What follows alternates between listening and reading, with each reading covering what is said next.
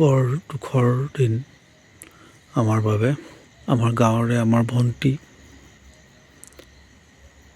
প্ৰিন্সিপালকী বৰা তাই এটা পথ দুৰ্ঘটনাত নিহত হৈছে।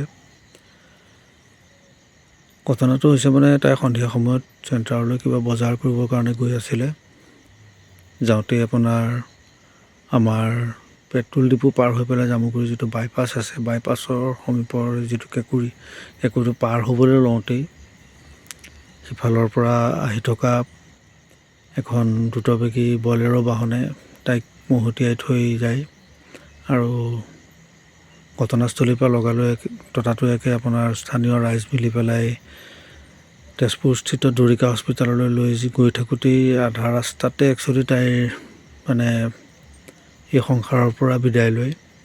তাইৰ দৰে যাতে আৰু দ্বিতীয়গৰাকী কোনেও প্ৰাণ আহুতি দিবলগীয়া নহয়, তাৰ প্ৰতি যাতে প্ৰশাসন সজাগ হয় আৰু প্ৰশাসনে যাতে বিহিত ব্যৱস্থা গ্ৰহণ কৰে সেই জেগাখনৰ ওপৰত, আৰু তাত স্পীড ব্ৰেকাৰৰ ব্যৱস্থা কৰি দিয়ক।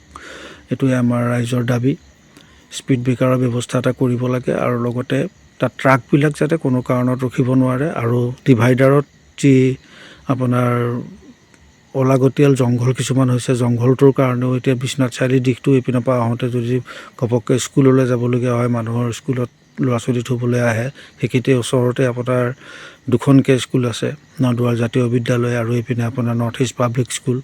তাত অভিভাৱকসকলে যাতে নিজৰ সন্তানক থ'বলৈ আহোঁতে জেগাডোখৰ মুকলি হৈ থাকে আৰু কোনো ধৰণৰ যাতে তেনেকুৱা আৰু যাতে এনেকুৱা অপ্ৰকৃতি মানে অসহ্যকৰ খুব মৰ্মান্তিক